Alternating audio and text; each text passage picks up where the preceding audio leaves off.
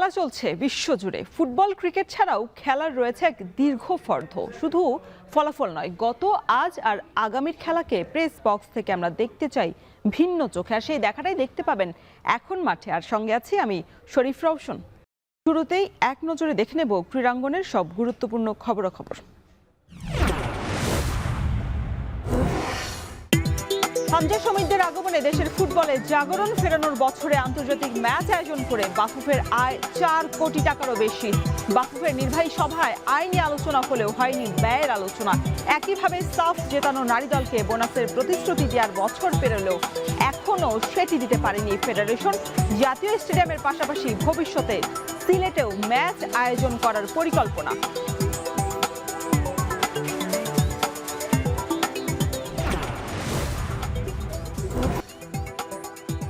এবং বিরাট কোহলির রেকর্ড গড়া সেঞ্চুরির দিনে জয় বঞ্চিত হলো ভারত। ভারতীয়দের জোড়া সেঞ্চুরির জবাবে প্রোটিয়াদের 1 সেঞ্চুরি আর 2 50। রায়পুরের সর্বোচ্চ রান তারার রেকর্ড গড়ে জিতল দক্ষিণ আফ্রিকা। সিরিজে 1-1 সমতা। বাফুফে ফুটবল সহ যেই অনূর্ধ্ব টুর্নামেন্ট নিয়ে আয়োজন করে থাকে, বিশেষ করে যখন জেলা বিভাগগুলোতে আসলে বাফুফের ফুটবল টুর্নামেন্ট আয়োজন হয়, সেটা আসলে কতটুকু সফলতার মুখ দেখে। বিশেষ করে যখন জাতীয় দলে ফুটবলার খুঁজে পায় না কোচ হ্যাভিয়ার ক্যাবরেরা, তখন বাফুফের আসলে কতটুকু কাজ আছে।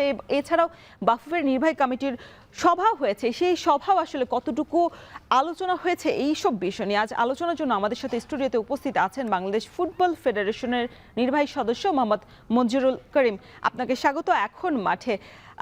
যদি নির্বাহী কমিটির সভা দিয়ে শুরু করতে চাই, গতকাল 5ম সভা হয়েছিল আপনাদের ঢাকার হাতিরঝিলে। সেইখানে সভাতে আসলে আপনারা যেই বিষয়গুলো আলোচনার কথা ছিল, 22টা এজেন্ডা ছিল। সেই 22টা এজেন্ডার মধ্যে মোট 5 থেকে 6টা এজেন্ডা নিয়ে কথা হয়েছে। তারপর আসলে আংশিক কথা হয়েছে, পরিপূর্ণভাবে যে আলাপ আলোচনা সেটা হয়নি। যেমন আমরা দেখেছি Bangladesh Singapore match, Hong Kong match এবং সবশেষ ভারত ম্যাচের যে আয় ব্যয়ের হিসেবের বিষয়টা আসলে গত 2 সভাতেই আসলে আলোচনার কথা ছিল, তবে কখনোই আসলে পরিপূর্ণতা পাচ্ছে না। এইটার কারণটা কি? না, এটা আপনি যেটা বলছেন সেটা ওইভাবে এটা ঠিক না। আমাদের কালকে মিটিংয়ে আমরা প্রথমে বাংলাদেশ ফুটবল ফেডারেশনে আমাদের যে ম্যাচগুলি হয়েছে সেটা থেকে আমরা কত টাকা আয় করেছে, তারপরে আপনারা জানবেন যে আমাদের একটা ফিনান্স কমিটি আছে। হ্যাঁ, আমাদের ফিনান্স কমিটির কাছে ওদের আয় ব্যয়টা উপস্থাপন করবে। এখন আমরা আয় কত হয়েছে সেটা আমরা শুনেছি, সেটা শোনার পরে ওনারা আমাদেরকে কত টাকা ব্যয় হয়েছে এটা দিয়েছে। পরবর্তীতে আমরা সেটা আমাদের লিখিত আকারে আমাদের কাছে আসবে, তখন সেটা আমরা গ্র্যান্ড করব। মানে আপনি বলতে চাচ্ছেন যে আয়ের হিসেবটা পেয়েছেন, ব্যয়ের হিসেবটা আপনারা পেয়েছেন? পাই নাই, এখনো পাননি, তাই তো? সেই জুন মাসে আপনাদের খেলা হয়েছে, জুনে প্রথম ঘরের ম্যাচ, আমরা সবগুলো ম্যাচ শেষ করি। মানে এটা কি বলতে চান আপনি, আপনাদের পক্ষ থেকে কি বলতে চান যে আসলে আপনারা এত স্লো কাজ করছে, আপনাদের সভায় আলোচনা হতেই পারছে না? কালকে আমিরুল ইসলাম বাবু ভাই বলছিলেন যে তিনি আয়ের হিসেবটা আসলে জানলেও ব্যয়ের হিসেবটা তার কাছে এখনো নেই। এইটা কেন? এটা আমি আপনাকে তাহলে বলি, আপনারা দেখেন যে গত 1টি বছর আমরা দায়িত্ব নেওয়ার পরে যে টাইট শিডিউলে আমরা আছি, আমাদের কমিটির যারা সম্মানিত ভাইস প্রেসিডেন্ট, সম্মানিত মেম্বাররা, ওনারাই মূলত সব কিছু দায়িত্বে আছেন।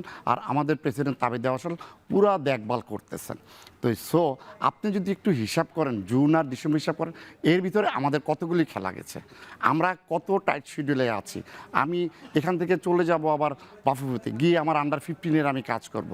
তো আমি আপনাকে এতটুকু এনশিওর করতে পারি যে আমাদের প্রেসিডেন্ট জনাব তাবিদ সাহেব গতকালকে বলেছেন ডিসেম্বরের 31 তারিখের ভিতরে সমস্ত আয় ব্যয়ের হিসাব ক্লোজ হয়ে যাবে।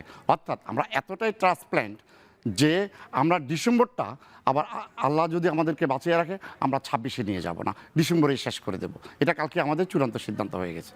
মানে আপনি বলছেন যে আপনারা অনেক ব্যস্ত, সবাই সবার জায়গায় ব্যস্ততা থাকবে, এটাই তো স্বাভাবিক, একটা ফেডারেশনকে আপনাদের চালাতে হচ্ছে। তবে সবার জায়গা একেবারে আলাদা আলাদা করে নির্ধারিত করা আছে। ফাইন্যান্স কমিটিও তো আছে, তাই না? ফাইন্যান্স কমিটির জায়গায় কি করছে তাহলে? না, ফাইন্যান্স কমিটিকে সবগুলি দেখতে হয় কিন্তু ম্যাডাম। আমি আপনাকে বলি, আমরা সবাই আমি যে টুর্নামেন্টের এখন চেয়ারম্যান, হ্যাঁ, এই টুর্নামেন্ট শেষ করে, হ্যাঁ, আমি এখন থেকে রেডি করে রাখতেছি। হ্যাঁ, হয়তোবা কিছু কাজ সেট করবো। আমি কিন্তু হয়তো আমি সময় চেয়ে নিয়েছি, যেহেতু আমার 30 তারিখ ফাইনাল, 31 তারিখে আমি নোয়াখালী স্টেডিয়ামে ফাইনাল হবে, সেটা শেষ করে আমি ঢাকায় আসবো। আমার কাছে টাইম চাওয়া হয়েছে, আমি বলছি 1 সপ্তাহের ভিতরে আমি আমার পুরা হিসাব নিকাশ আমি ফিনান্স কমিটিকে বুঝিয়ে দেবো। তো এইসব ফিনান্স কমিটি কিন্তু একটা জিনিস নিয়ে বসে নেই।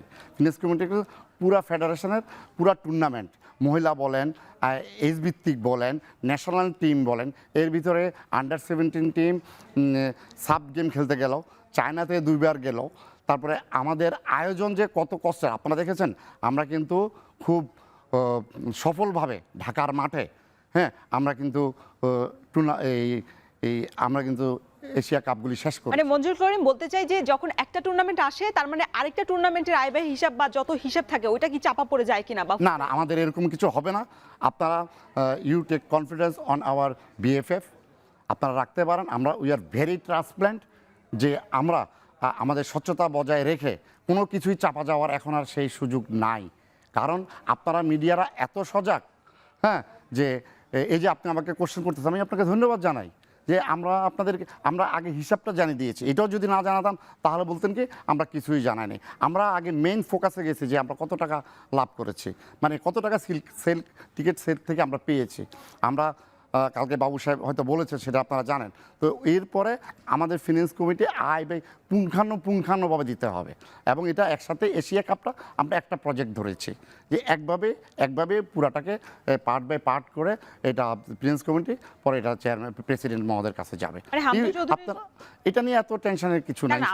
আমার টেনশন নিশ্চয় না, এটা আসলে দেশবাসী জানতে চায় আসলে বাফুফের আসলে অবস্থাটা পরিবর্তন হয়েছে কিনা হামজা শমীদের অন্তর্ভুক্তিতে। বিশেষ করে যখন ভারত আসলো, বেশ উত্তেজনাপূর্ণ একটা ম্যাচ ছিল। তারপরেও আপনারা মাত্র 3টা ম্যাচের এই আয়ের হিসেবটা দিয়েছেন, আরো 2টা ম্যাচ আছে, জুনে ভুটানের ম্যাচ ছিল, নেপালের একটা ম্যাচ হয়েছে। এই হিসেবটার আয় ব্যয়ের হিসেবটা আসলে কবে দিবেন? সেটা কি বছর? না, এটা আপনাকে আমি প্রথমেই বলেছি, আপনি খেয়াল করেছেন কিনা আমি জানি না, যে ডিসেম্বরের 30-এর ভিতরে এটা আমাদের করতে চান আপনারা সেই হিসেবটা। তাহলে সেখানে আপনাকে আমি আরেকটা কথা বলি আমি, হ্যাঁ, যে আজকে আপনারা আমাদেরকে যেভাবে জিজ্ঞাসা করতে পারতেছেন, হ্যাঁ, বিগত দিনে আপনারা কি কখনো শুনেছেন এই টুর্নামেন্ট থেকে এত টাকা আয় হয়েছে? যেহেতু আমরা ভেরি ট্রান্সপ্যারেন্ট, আমরা এটা প্রকাশ করে দিচ্ছি, জাতি জানুক। আপনি যেটা বললেন একটু আগে, জাতি জানার দরকার আছে, হ্যাঁ, জাতিও জানবে যে আমরা এখান থেকে কত দর্শক হয়েছে, আমাদের ধারণ ক্ষমতা কত করে টিকিট বিক্রি করছে। এখন এভরিবডি নোজ দ্যাট। আয়ের হিসেবে যখন বলছেন যে এত কোটি টাকা লাভ হয়েছে, প্রায় 4 কোটিরও বেশি টাকা লাভ হয়েছে, লাভ হয়েছে না বলছি, আমরা বলেছি আয় করেছেন, হ্যাঁ, মানে আমরা তারপর আমাদের ব্যয়ও আছে। আচ্ছা, সেক্ষেত্রে নিশ্চয়ই আপনাদের আয় তো কিছু থাকবে। সেক্ষেত্রে জাতীয় স্টেডিয়ামে যেহেতু এই ম্যাচগুলো হয়েছে, এনএসসির সাথে আপনাদের একটা মৌখিক চুক্তি হয়েছিল শুরু থেকে যে আপনাদের টিকিট বিক্রি সহ যে লাভটা আপনারা পেয়ে থাকবেন বা থাকবে সেটা বা এনএসসি কে শেয়ার করতে হবে। সেই জায়গায় কোনো পরিকল্পনা আপনাদের এখন পর্যন্ত নিয়েছেন কিনা? না, এটা আমাদের গতকালকের এজেন্ডায় সেটা আমাদের ছিল না। তো যেহেতু আয়ের হিসাব যেহেতু এসেছে সেই জন্য আমি আপনাকে বলি, যেহেতু কালকে এটা আমাদের এজেন্ডাতে ছিল না, হ্যাঁ, কারণ আমাদের আপনি প্রথমেই বলেছেন যে আপনার অনেক এজেন্ডা ছিল আমাদের। তো আমরা এটা নেক্সট এজেন্ডাতে এনে আমরা আলোচনা করব। আর আপনি জানেন যে আমি নিজেও কিন্তু ঢাকা মহানগর ক্লাবের সাথে জড়িত। পূর্বে কখনো বাফুফেতে আমার আসা হয় নাই, এত বছর পরে এসেছি, হ্যাঁ। তো আমাদের হিসাবগুলি, হিসাবের ব্যাপারে আমরা জাতিকে জানানোর ব্যাপারে আমাদের প্রেসিডেন্ট খুবই সোচ্চার, এবং উনি একথাও বলেছেন যে দেখেন, বিগত দিনে আমাদের উপরে যে এম্বার্গোটা ছিল সেটা আমি কিছুটা স্বচ্ছতা এনে না, পুরাটা স্বচ্ছতা এনে আমি সেই এম্বার্গোটা আমি উঠিয়েছি ফিফার সাথে কথা বলে, যেন আমাকে যেন ফার্দার যেন ফিফা থেকে আর কোনো এম্বার্গো খেতে না হয়। কতটা স্বচ্ছতা হলে উনি এ কথা বলতে পারেন। আর নিশ্চয়ই আপনাদের আরো অনেকগুলো এজেন্ডা ছিল, তবে সবগুলো এজেন্ডা নিয়ে তো আপনারা কথা বলেননি। আরো বাকি যে এজেন্ডাগুলো ছিল সেগুলো নিয়ে যদি একটু সংক্ষিপ্ত আলোচনা একটু বলতেন। না, এখন আসলে দেখেন, আমরা গত মিটিংয়েও আমাদের অনেক এজেন্ডা ছিল। আমার আন্ডার 15 এজেন্ডাটাও কিন্তু সময়ের কারণে আমরা কিন্তু আসতে পারিনি। পরে আমরা আবার করে এজেন্ডাগুলি রাখি পরবর্তী এজেন্ডা। আপনার কাছে একটা প্রশ্ন, যদি সময়ই আসলে থাকে না আপনাদের হাতে, তাহলে এতগুলো এজেন্ডা নিয়ে আসলে না, এজেন্ডাটা রাখার অর্থ হচ্ছে যে আমাদের সবার জানা থাকলো যে এই এজেন্ডাগুলি যেগুলি করা হবে না, এগুলি আমাদের পরবর্তী মিটিংয়ে হবে। আমার তো জানার রাইট আছে as a being a member হিসাবে। এখন আমার নলেজে রয়ে গেল, এগুলো নিয়ে আমি কিন্তু একটু আমার ক্লাস করার সুযোগ হবে।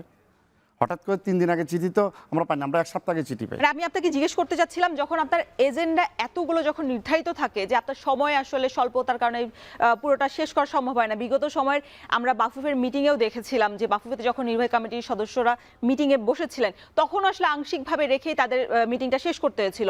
এই যে বারংবার এমন হয়ে যাচ্ছে, যখন এতই এরকম আপনাদের সময়ের অভাব, বাফুফের কমিটির সময়ের অভাবটা আমি আপনাকে বলি নাই, আমি আপনাকে বলতে চাচ্ছি আপনাকে যে আমরা যখন দেখি যে 9টা 10টা বেজে যাচ্ছে, ঠিক আছে আজকে সবার ভিতরে তো একটা কেউ নামাজের বিরতি আছে, তারপরে এশার নামাজের বিরতি আছে, সব কিছুরই বিরতি দিয়ে আস্তে আস্তে তখন আমরাই বলি যে আসলে এখন একটা পর্যায়ে কিন্তু আপনি টানা মিটিং করতে গেলে অনেক কিছু বাদ পড়ে যেতে পারে। তো সো আমরা এটাকে আরও সুন্দরভাবে নিয়ে আসার জন্য পরবর্তী দিনে এসে এটাকে সময়ভাবে আপনি ধরবেন না, এটাকে ধরেন যে আরও ভালোভাবে আনার জন্য। সেটা মেনগুলিকে আমাদের হয়ে গেছে, বাকিগুলি ইনশাল্লাহ আমাদের আশা করি। এটা নিয়ে এত আমি এত অরিট না, বিকজ আমি তো জানি যে ইনশাল্লাহ আমাদের তো আগে তো দেখতাম যে আগের আগে যারা কমিটিতে ছিলেন আমি দেখি যে 3 মাস 4 মাস পরে মিটিং হতো, আর আমাদের তো এখন মাসে 2টা মিটিং হচ্ছে। নিশ্চয়ই আগের কমিটির সাথে আপনাদের তুলনা করবেন না, আপনারা যা করছেন সেটাই আসলে আপনাদের আমি বলি নিশ্চয়ই অবশ্যই করব, এই কারণে যে আমরা অনেক স্বচ্ছতা আনতে পেরেছি এবং ইনশাল্লাহ আমরা আনবো। এবং মাঠে ফুটবল আছে এবং ফুটবলের যে হাইপ এখন সেটা কিন্তু আমরা এই কমিটি আমরা প্রচণ্ড কষ্ট করে রাত দিন ঘুম না যে তারপরে আরও কিভাবে আমরা এই টিমটাকে কাজ করতে পারি। তারপরে আন্ডার 17টা আপনারা জানেন যে চায়নাতে খুবই 4টা ম্যাচ ভালো খেলেছে, জিতেছে, চীনের সাথে হেরেছে, ঠিক আছে তাই বলে যে আমরা কি পিছিয়ে যাব না, কালকে সেটাও আলোচনা হয়েছে। এবং শামসুল হুদা একাডেমিতে দীর্ঘদিন আসলে এটারই ফলাফল পেয়েছে। হ্যাঁ, এটারই আমরা ফলাফল পেয়েছি। বিশেষ করে আমাদের যার কথা না বললে নয়, ডেভেলপমেন্ট কমিটির চেয়ারম্যান জাহিদি ভাই, উনি আমাদের ডেভেলপমেন্ট কমিটির চেয়ারম্যান, আমিও একজন বিইং এ ডেভেলপমেন্ট কমিটির মেম্বার। উনি রাত্রে 12টার সময় আমাকে ফোন দেয়, আপনি কি জাগন আছেন? তো উনি কতটা সিরিয়াস। দর্শক, এখন মাঠের শোতে আমাদের সাথে স্টুডিওতে উপস্থিত আছেন বাফুফের নির্বাহী কমিটির সদস্য মোহাম্মদ মঞ্জুরুল করিম। আপনার সাথে কথা হচ্ছিল, আপনি তো তারুণ্যের ফুটবল নিয়ে কাজ করেছেন, অনূর্ধ্ব 15 লিগ চালিয়েছেন, চেয়ারম্যান হিসেবে কাজ করেছেন। কথা হচ্ছিল যে এই যে অনূর্ধ্ব 17 দলটা যে ব্যাক টু ব্যাক 4টা টিমের সাথে আসলে তারা চড়াই উতরাই পেরিয়ে বেশ ভালো একটা দাপুটে জয় তারা পেয়েছে, তবে শেষ মুহূর্তে আসলে তারা চায়নার বিপক্ষে হেরে গিয়ে আমাদের যে এশিয়ান কাপ বাছাই পর্বের থেকে মূল পর্বে যাওয়ার যে মিশনটা সেটা আসলে আমরা লক্ষ্য পূরণ করতে পারিনি। তবে এই যে জাতীয় দলের আসার আগে যে বয়সভিত্তিক দলের প্রস্তুতি, এইটা আসলে আপনাদের দ্বারা আপনারা কিভাবে করছেন বা পাইপলাইনটা মজবুত করতে আপনাদের কি আসলে পরিকল্পনা রয়েছে? আচ্ছা, ধন্যবাদ আপনাকে। কালকে আমাদের বোর্ড মিটিংয়ে এটা নিয়ে বিস্তারিত আলোচনা হয়েছে। আমাদের ডেভেলপমেন্ট কমিটির চেয়ারম্যান সম্মানিত ভাইস প্রেসিডেন্ট জাহিদি সাহেব এটা নিয়ে একটা সুন্দর একটা বক্তব্য রেখেছেন। আপনারা শুনে খুশি হবেন যে উনি কিন্তু বলছে আজকে আমরা যে রেজাল্টটা পেয়েছি এই রেজাল্টটা কিন্তু আমরা একদিনে পাই নাই, দীর্ঘদিন এটা ওনার শামসুল হুদা একাডেমিতে উনি সেখানে রেখেছেন ওনার নিজের অর্থায়নে এবং সব কিছু উনি করেছেন। সেই পাশে আমাদের প্রেসিডেন্ট তাবিদুল সাহেবও সার্বিক সহযোগিতা করেছেন। তো একটা কথাই ঘুরে ফিরে আসছে, আমরা যদি এই লং টাইম প্র্যাকটিসে যদি না থাকি এবং এটার যদি ধারাবাহিকতা না থাকে তাহলে কোনো ফলেই আসবে না। উনি এমনও বলেছেন যে আমি এই টিমটাকে কাস্ট করতে চাই, প্রয়োজনে আরও প্লেয়ার আসতে পারে, প্রয়োজনে ওদেরকে ওইখানে স্কুলে ভর্তি করা হবে, পড়ালেখার সুযোগ দেওয়া হবে, আমি এটাকে নার্সিং করতে চাই। সে সাথে আমরাও বোর্ডের সবাই ওনাকে ক্লাবস দিয়ে তালি দিয়ে আমরা ওনাকে ধন্যবাদ জ্ঞাপন করেছি। উনি অনেক উদারতার পরিচয় দিয়েছেন। এখন আসেন আমি আপনাকে প্রথমেই বলবো, আমরা সাব গেমস কিন্তু চ্যাম্পিয়নশিপ আমরা হাতে আমি বলবো আমাদের থেকে ছিনিয়ে নিয়েছে। বলবেন কিভাবে? সাব গেমসে আমরা যে ভারতের সাথে হারলাম আন্ডার 17, আমি তো ফুটবল প্লেয়ার ছিলাম, অত বড় মাপ না থাকলে ঢাকা ফার্স্ট ডিভিশন খেলেছি, চিটাং ফার্স্ট ডিভিশন খেলেছি, নোয়াখালী জেলা দলে খেলেছি। তো আপনার কর্নার হয়েছে, কোনো আশেপাশে কোনো ম্যান ছিল না, জাস্ট হেড করে গোল করেছে, রেফারি এটাকে বাদ দিয়েছে। কোন ইস্যুতে বাদ দিয়েছে সেটা আমরা জানি না। তবে আমি সাপের বাংলাদেশের আমি রিপ্রেজেন্টেটিভ হয়ে সাপের মিটিংয়ে আমি নেপালে গিয়েছিলাম।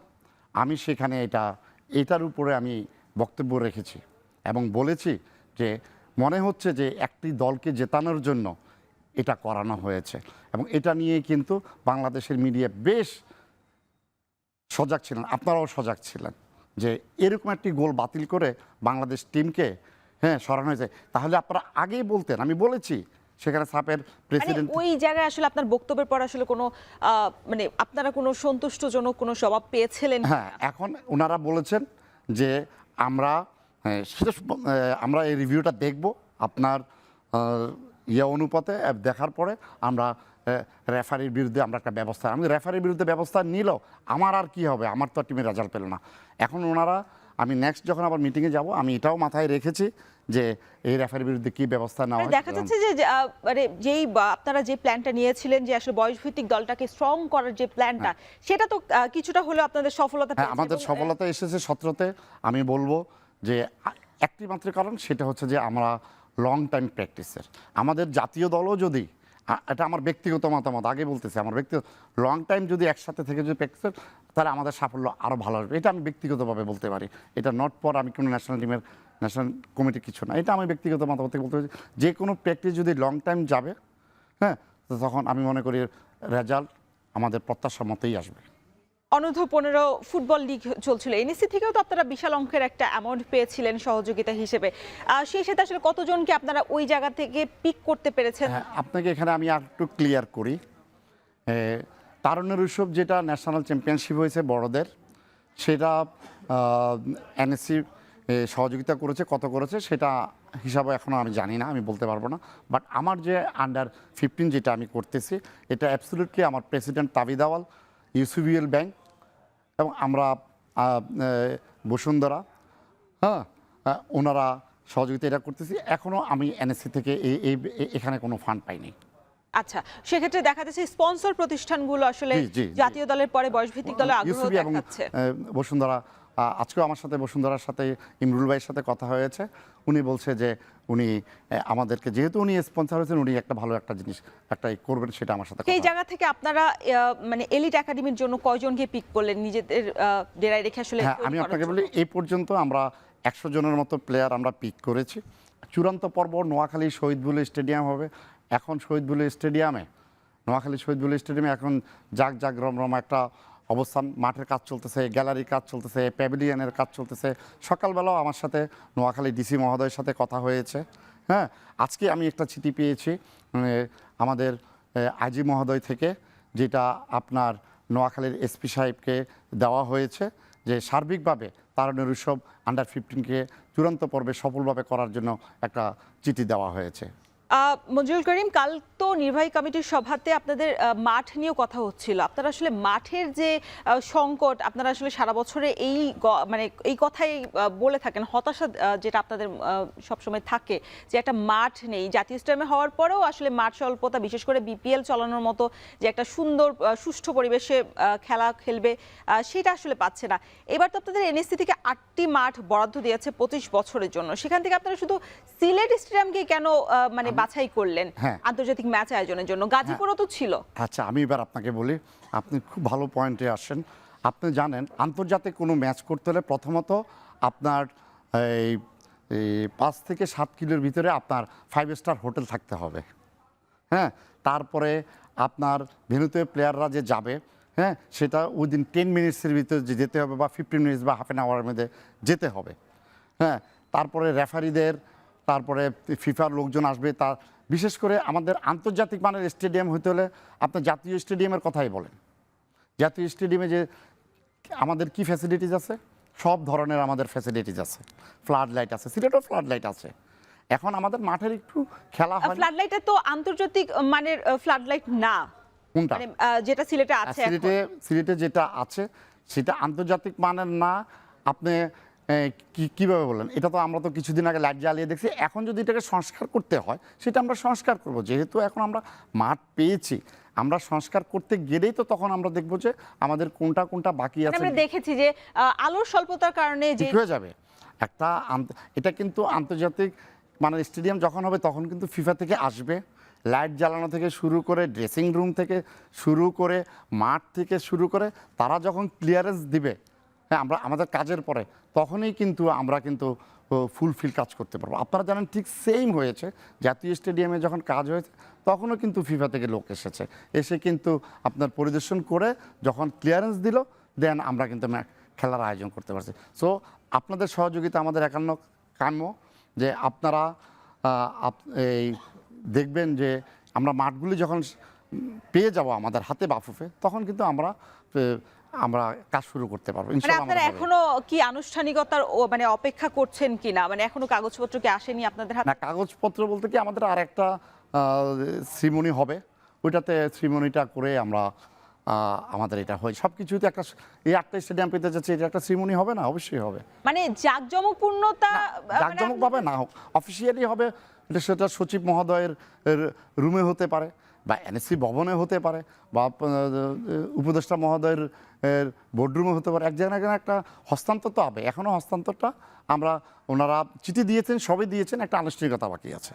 কথা হচ্ছিল বাফুফের কার্যক্রম নিয়ে। আমাদের সাথে উপস্থিত আছেন স্টুডিওতে বাফুফের নির্বাহী কমিটির সদস্য মঞ্জুরুল করিম।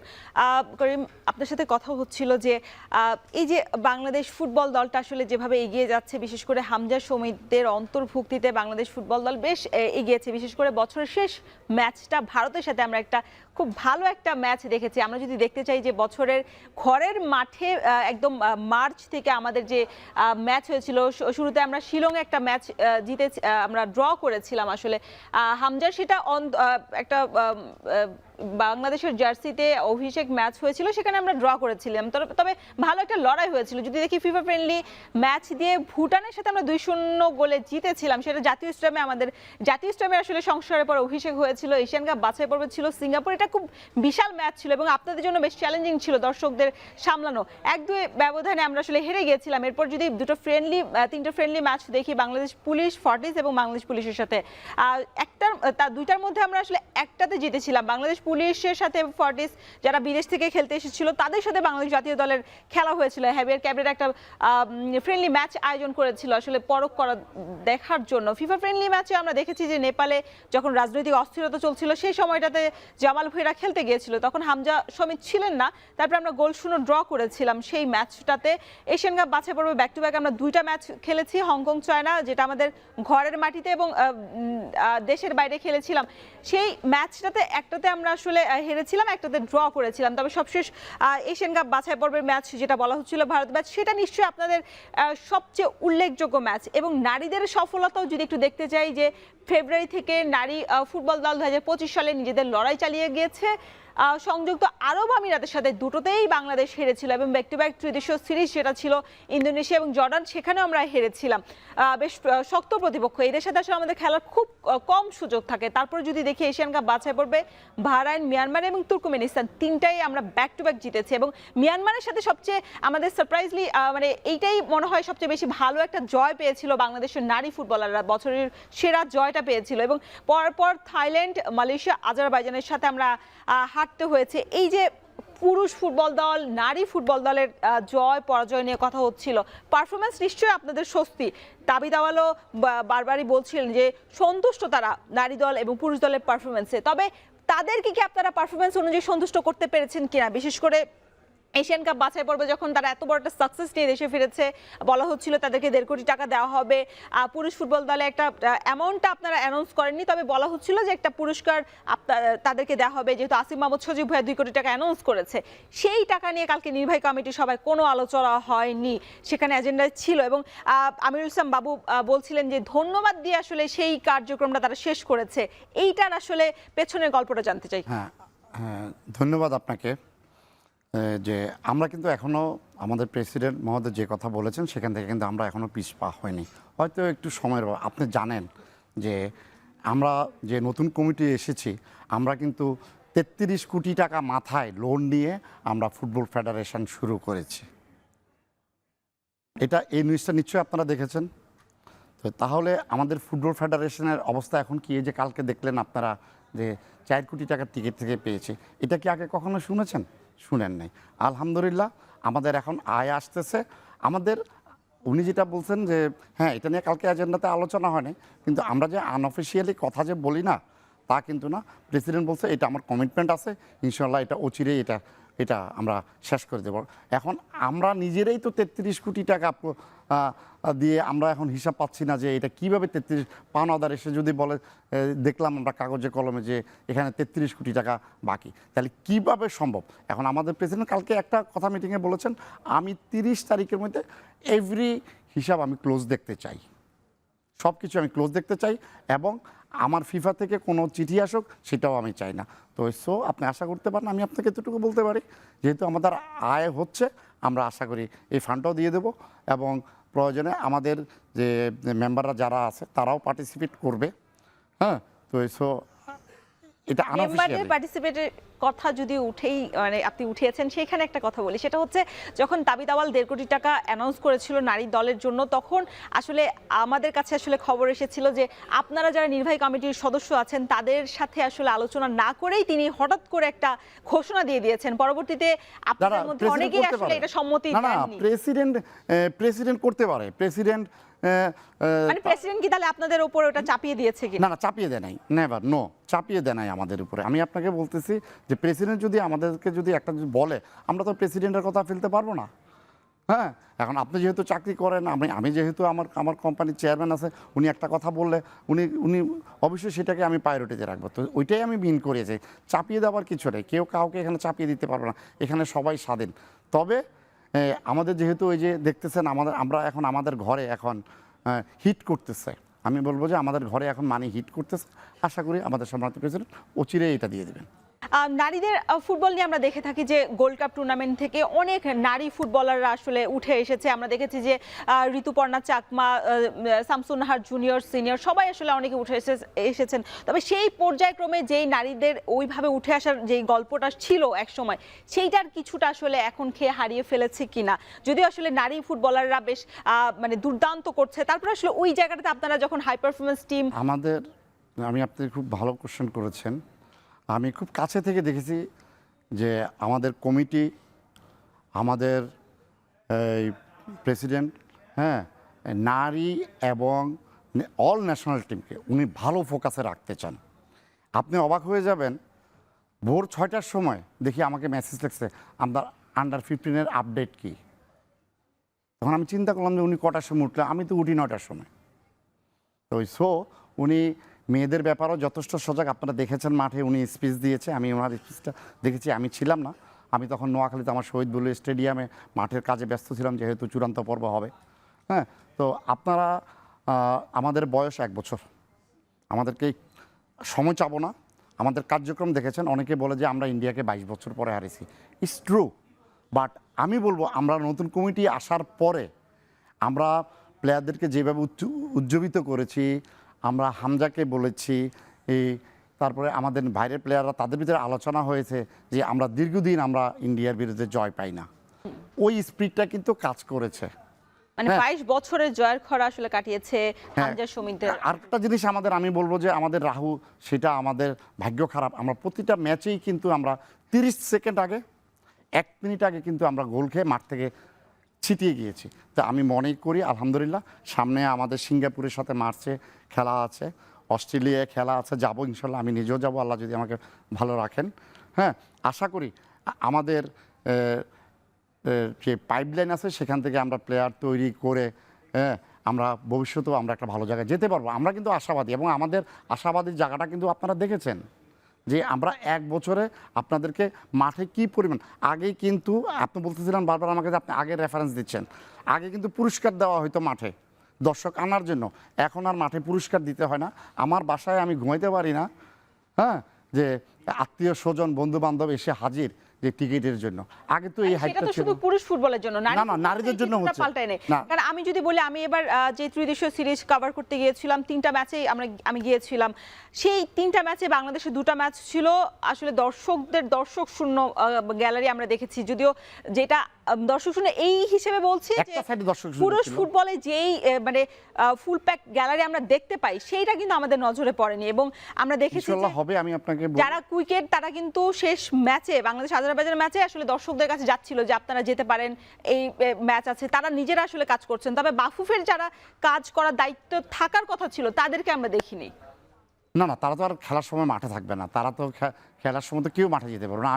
আমি ইসি মেম্বার, আমি কি খেলার সময় মাঠে যেতে পারবো? খেলার সময় শুধু মাঠে না, আপনারা যে মার্কেটিং যে জিনিসটা, যে আপনি একটা ত্রিদেশীয় ম্যাচ আয়োজন করছেন, সেই ম্যাচ আয়োজনের আপনাদের কোথায় কোথায় শুধু সোশ্যাল মিডিয়াতে আচ্ছা, ছাড়া আপনি আপনারা বলছেন আমার চোখে পড়ে নাই, হ্যাঁ, আপনি যেহেতু আপনি আজকে মিডিয়াতে বলেছেন সেই ব্যাপারটা আমি সেটাও আমার মানে যেটা কমিটির সাথে আলোচনা পুরুষ করার ফুটবলে সুযোগ দেখা আছে যায় যে- আপনাদের হ্যাঁ, মার্কেটিং এর বিষয়টা। হ্যাঁ। আমরা দেখেছি যে সাফ অনূর্ধ্ব 20 যখন বসুন্ধরা কিংস হয়েছিল, তখনও বসুন্ধরা কিংসের শুরুর দিক থেকে বা শেষ পর্যন্ত মাঠের একেবারে শেষ প্রান্তে হয়, শেষ প্রান্তে গিয়ে হ্যাঁ, দর্শকরা বসুন্ধরা- জানতে পেরেছে যে একটা ম্যাচ বসুন্ধরা হচ্ছে। কিন্তু আমি আপনাকে বলবো, বসুন্ধরা যে আয়োজনটা হয়েছিল তখন কিন্তু আমার যতটুকু মনে পড়ে যে মনে হয় একটু পলিটিক্যাল একটু ক্রাইসিস ছিল যখন টুর্নামেন্টটা হয়েছে। আর বসুন্ধরা কিন্তু খুব সুন্দর আয়োজন করেছে এবং বিউটিফুল অ্যারেঞ্জমেন্ট করেছে। আপনারা দেখেন বিউটিফুল অ্যারেঞ্জমেন্ট করার পর মাঠের যে অবস্থা হয়েছিল, মাঠে যে কেন মাঠে হয়েছিল? বৃষ্টির কারণে আমি আপনাকে মাঠে বলি। খেলতেই পারেনি, অনেকক্ষণ অপেক্ষা হ্যাঁ, করতে বৃষ্টির হয়েছিল। জন্য সেটা- এরপর আপনি সুন্দর আয়োজন বলছেন। আমি সুন্দর আয়োজন কোন দিক থেকে বলতেছি আপনি আমার কথাটা বুঝতে হবে।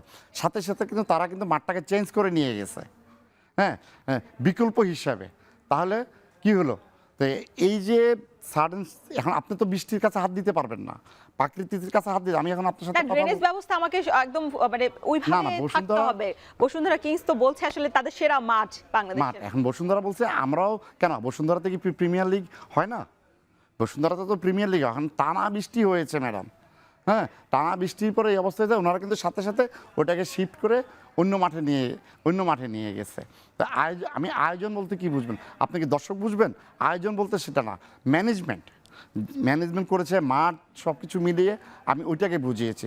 দর্শক দ্যাট ইজ ডিফারেন্ট থিং। হ্যাঁ, তো আয়োজন আমার কাছে ভালো লেগেছে বসুন্ধরার, প্লাস আমাদের বাফুফের যারা ছিলেন কমিটিতে এবং বাংলাদেশ জাতীয় স্টেডিয়ামে যে আপনারা যে খেলাগুলি দেখেছেন, আপনারা আয়োজনের কথা বলেন যে আমাদের তো কোনো কিছু ঘাটতি ছিল না। আলহামদুলিল্লাহ মাঠে দর্শক আসা শুরু করছে, মাঠে দর্শক আসবে এবং যে ফুটবলের যে এই জিরো থেকে যে এখন আমরা হিরো পর্যায়ে আসছি, সেটার জন্য তো অন্তত আপনারা বাংলাদেশ ফুটবল ফেডারেশনকে একটা ধন্যবাদ দিতে পারেন। অবশ্যই, নিশ্চয়ই আপনারা অনেক জায়গায় আসলে উন্নতি করেছেন, আবার অনেক জায়গায় আসলে কাজ করছেন উন্নতির জন্য। নিশ্চয়ই আমরা আরো দেখব বাংলাদেশ ফুটবলে, বিশেষ করে নারী ফুটবলটা এগিয়ে যাবে, এটাই অবশ্যই, হ্যাঁ। আশা করছি। মঞ্জুরুল করিম, এতক্ষণ সময় দেওয়ার জন্য আপনাকে অশেষ ধন্যবাদ। আপনাকেও ধন্যবাদ। আমরা এবার একটু দেখে নিতে চাই আজ রাতে কোন কোন ফুটবল ম্যাচ হয়েছে, বিশেষ করে প্রিমিয়ার লিগ এবং লা লিগায়। শুরুতে যদি একটু প্রিমিয়ার লিগে চোখ বুলাতে চাই, সেক্ষেত্রে আমরা যদি একটু দেখি যে ব্রাইটন 3 এবং 4 অ্যাস্টন ভিলা, বার্নলিকে ক্রিস্টাল প্যালেস 1-0 গোলে হারিয়েছে এবং উলভারহ্যাম্পটনকেও সেম ব্যবধানেই হারিয়েছে নটিংহাম ফরেস্ট। লিডস ইউনাইটেডের বিপক্ষে চেলসিকে হারিয়েছে লিডস ইউনাইটেড 3-1 ব্যবধানে সেটা ছিল। এবং রাতের সবচেয়ে বড় দুটি ম্যাচ যদি বলা হয়, যে আর্সেনাল 2-0 গোলে ব্রেন্টফোর্ডকে হারিয়েছে এবং লিভারপুল 1-1 গোলে সান্ডারল্যান্ডের বিপক্ষে তারা ড্র করেছে। যদি বলতে চাই যে আর্সেনাল কিন্তু টানা উয়েফা চ্যাম্পিয়ন্স লিগের পয়েন্ট টেবিলেও শীর্ষস্থান ধরে রেখেছে এবং লা লিগা প্রিমিয়ার লিগেও কিন্তু তারা আসলে শীর্ষস্থান ধরে রেখেছে এই ম্যাচে। এবং লিভারপুল গত ম্যাচেও কিন্তু তারা জিতেছিল, এই জেতার পরে এই ম্যাচে আসলে তারা হোঁচট খেয়েছে। আমরা যদি দেখতে চাই যে লা লিগায় অ্যাথলেটিকো বিলবাওর সাথে 3-0 গোলের রিয়াল মাদ্রিদ জিতেছে। এবং বিশেষ করে এই রিয়াল মাদ্রিদের ব্যাপারে যদি একটু বলতে চাই যে পরপর তারা আসলে জাভি আলোনসোর যেই কৌশলে আসলে তারা কাজ করছিল, লা লিগায় তারা জিততে পারেনি, টানা 3 ম্যাচে আসলে তারা ড্র করতে হয়েছিল। বিশেষ করে জিরোনার বিপক্ষে সবশেষ ম্যাচে তারা আসলে ড্র করেছিল, সেটা আসলে বেশ তাদেরকে সারপ্রাইজিংলি তাদেরকে বলতেই হবে যে তারা আসলে হোঁচট খেয়েছে, সেটা সবচেয়ে সেই ম্যাচটা ছিল।